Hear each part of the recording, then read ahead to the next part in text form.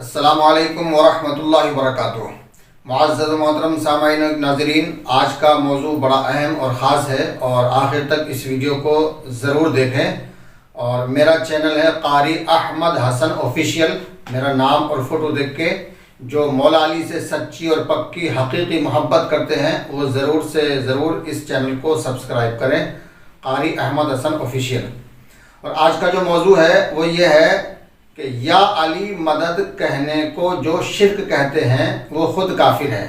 جو یہ کہتے ہیں کہ یا علی مدد کہنا کفر ہے، شرک ہے، بدعت ہے، ناجائز ہے، حرام ہے، جو یا علی مدد کہنے کو شرک کہے وہ ایسا کہنے والا خود کافر ہے، اور یا علی مدد کہنا جائز اور درست ہے۔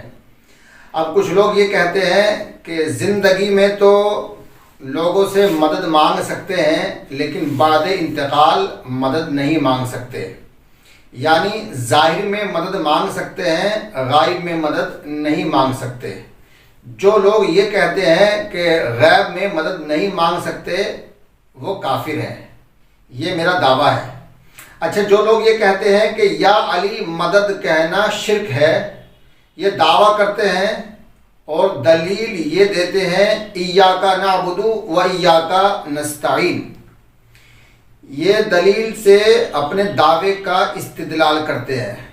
تو ان کا دعویٰ باطل ہے، کیونکہ جو دلیل وہ اپنے دعوے کے لیے دیتے ہیں اسی دلیل سے جب غیب میں مدد ناجائز ہے تو زندگی میں ظاہر میں بھی مدد ناجائز ہے۔ ایاک نعبد و ایاک نستعین، تو وہاں سے یہ نتیجہ نکالتے ہیں کہ اے اللہ ہم تیری ہی عبادت کرتے ہیں، تجھ ہی سے مدد مانگتے ہیں۔ تو جب مدد مانگنا مطلقاً ناجائز ہے تو اگر بعد وفات، بعد انتقال، مرنے کے بعد غیب میں مدد چاہنا شرک ہے، بدعت ہے، کفر ہے، ناجائز ہے، حرام ہے، تو زندگی میں بھی مدد مانگنا شرک، کفر، ناجائز، بدعت ہونا چاہیے، کیونکہ یہ آیت مطلق ہے، اس میں کوئی استثناء نہیں ہے، نہ ہی اس میں ما تحت الاسباب ہے اور نہ ہی ما فوق الاسباب ہے۔ تو آپ کا جو بھی جواب ہوگا اسی میں ہمارا جواب ہے۔ تو یہ آیت مطلق ہے، اگر زندگی میں مدد مانگ سکتے ہیں تو بعد انتقال بھی مدد مانگ سکتے ہیں، اور اگر بعد انتقال مدد نہیں مانگ سکتے، ایاک نعبد و ایاک نستعین سے استدلال کرنے والوں سنو، تو زندگی میں بھی مدد نہیں مانگ سکتے۔ اے اللہ ہم تیری ہی عبادت کرتے ہیں، تجھ ہی سے مدد مانگتے ہیں۔ تو جب زندگی میں مدد چاہتے ہو تو بعد انتقال اولیاء اللہ سے غیب میں بھی مدد مانگنا جائز ہے، نمبر 1۔ اچھا، یہ آیت کہہ رہی ہے ایاک نعبد و ایاک نستعین کہ اے اللہ ہم تیری ہی عبادت کرتے ہیں، تجھ ہی سے مدد چاہتے ہیں، تو یہاں سے مدد مانگنا اگر ناجائز ہے تو پھر جو اللہ تبارک و تعالیٰ یہ کہہ رہا ہے کہ میری ہی عبادت کرو اور مجھ ہی سے مدد مانگو، وہی اللہ تبارک و تعالیٰ خود مومنوں سے مدد مانگ رہا ہے۔ دیکھیے، یہ ہے 26واں پارہ سورت محمد، سورت نمبر ہے 47 اور آیت نمبر ہے 7۔ اللہ نے فرمایا یا ایھا الذین آمنوا ان تنصروا اللہ ینصرکم، اے ایمان والو اگر تم مدد کرو گے اللہ کی تو وہ مدد کرے گا تمہاری۔ یہاں اللہ تبارک و تعالیٰ ارشاد فرما رہا ہے اے ایمان والو تم میری مدد کرو تو میں تمہاری مدد کروں گا۔ جو خدا کہہ رہا ہے ایاک نعبد و ایاک نستعین میں کہ ہم تیری ہی عبادت کرتے ہیں، تجھی سے مدد چاہتے ہیں، وہی اللہ جو منع کر رہا ہے وہی اللہ تبارک و تعالیٰ اپنے مومن بندوں سے خود اپنی مدد کروا رہا ہے۔ تو وہاں مدد کے لیے منع کر رہا ہے، جو منع کر رہا ہے وہی اپنی مدد کے لیے کہہ رہا ہے۔ تو ان دونوں آیتوں میں تصادم، تضاد، ٹکراؤ پیدا ہو گیا۔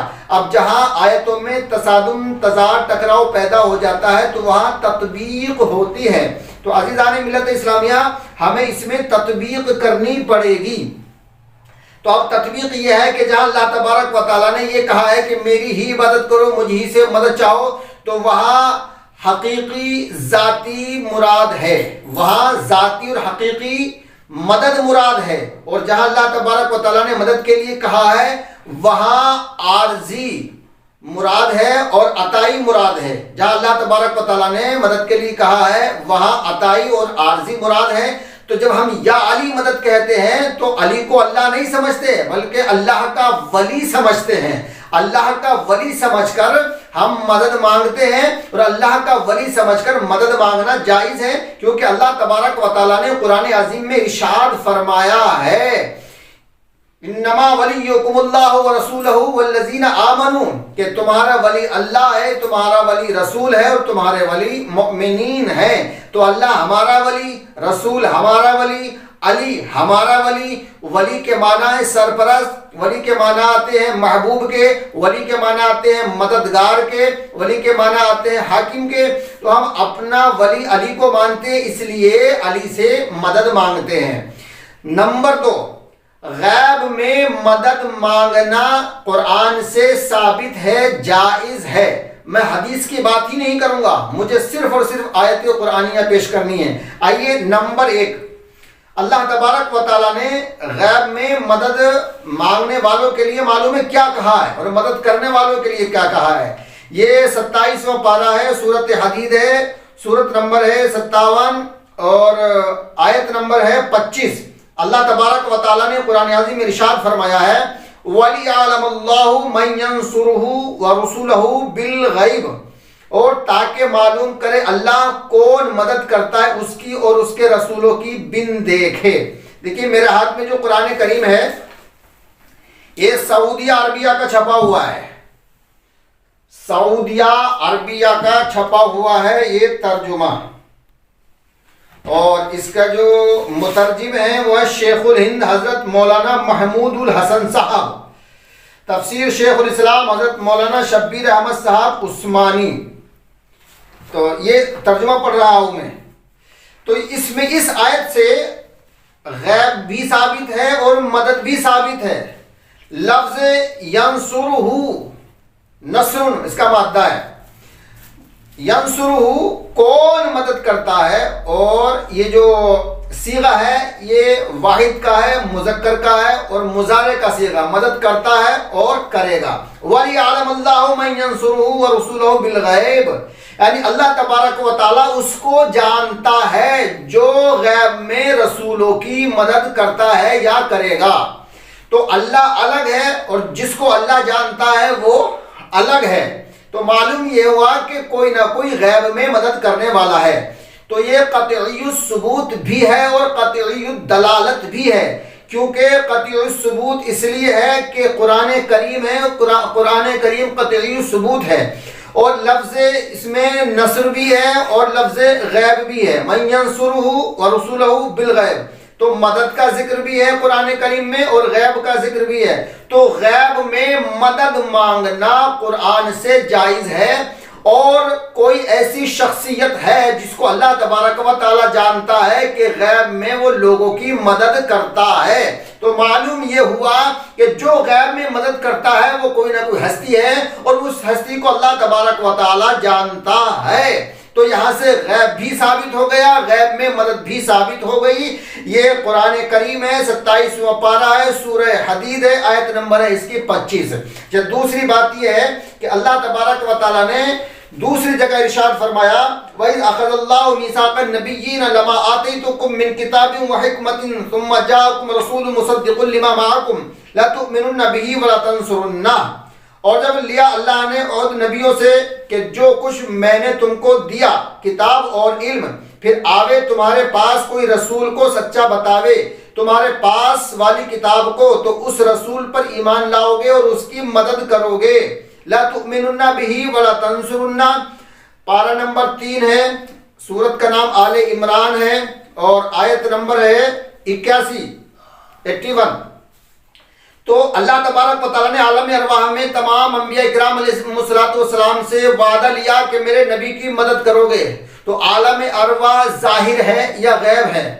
اگر تم کہتے ہو کہ یہ غیب ہے تب بھی پھنسو گے، اور اگر یہ کہتے ہو کہ یہ غیب نہیں ہے تب بھی پھنسو گے۔ اگر یہ کہتے ہو کہ نبیوں نے وعدہ کیا تھا نبی کی مدد کرنے کا، عالم ارواح غیب ہے تو پھر غیب میں مدد جائز ہو گئی، اور اگر آپ کہتے ہو کہ نہیں صاحب یہ ظاہر ہے تو پھر یہ بتانا پڑے گا کہ کس نبی نے رسول اکرم صلی اللہ علیہ وآلہ وسلم کی مدد کی ہے۔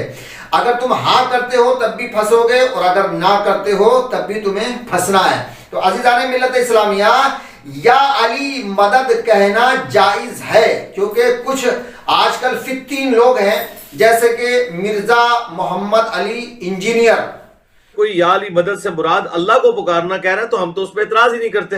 آپ ان علی کو پکار رہے ہوتے ہیں جن کی قبر جو ہے وہ نجف میں ہے، ہم اسے شرک کہتے ہیں۔ یہ بھی کہتا ہے کہ یا علی مدد کہنا شرک ہے۔ کیا تم کو یہ آیتیں نظر نہیں آتی ہیں قرآن کریم میں؟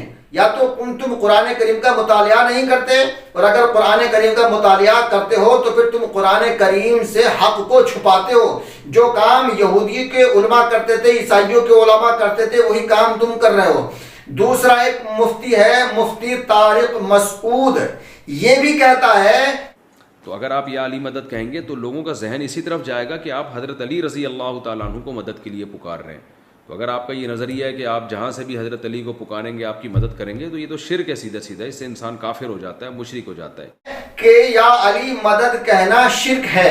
تو میں نے ان کا منہ توڑ جواب دیا ہے قرآن کریم سے، تقریباً 11 یا 12 آیتوں سے یا علی مدد کہنا ثابت ہے۔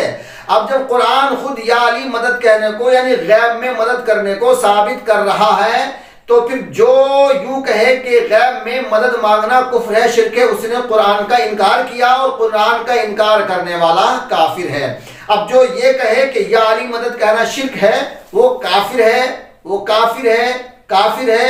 یا علی مدد کہنا جائز ہے، درست ہے۔ استغفر اللہ ربی من کل ذنب و اتوب الیہ۔ السلام علیکم ورحمۃ اللہ۔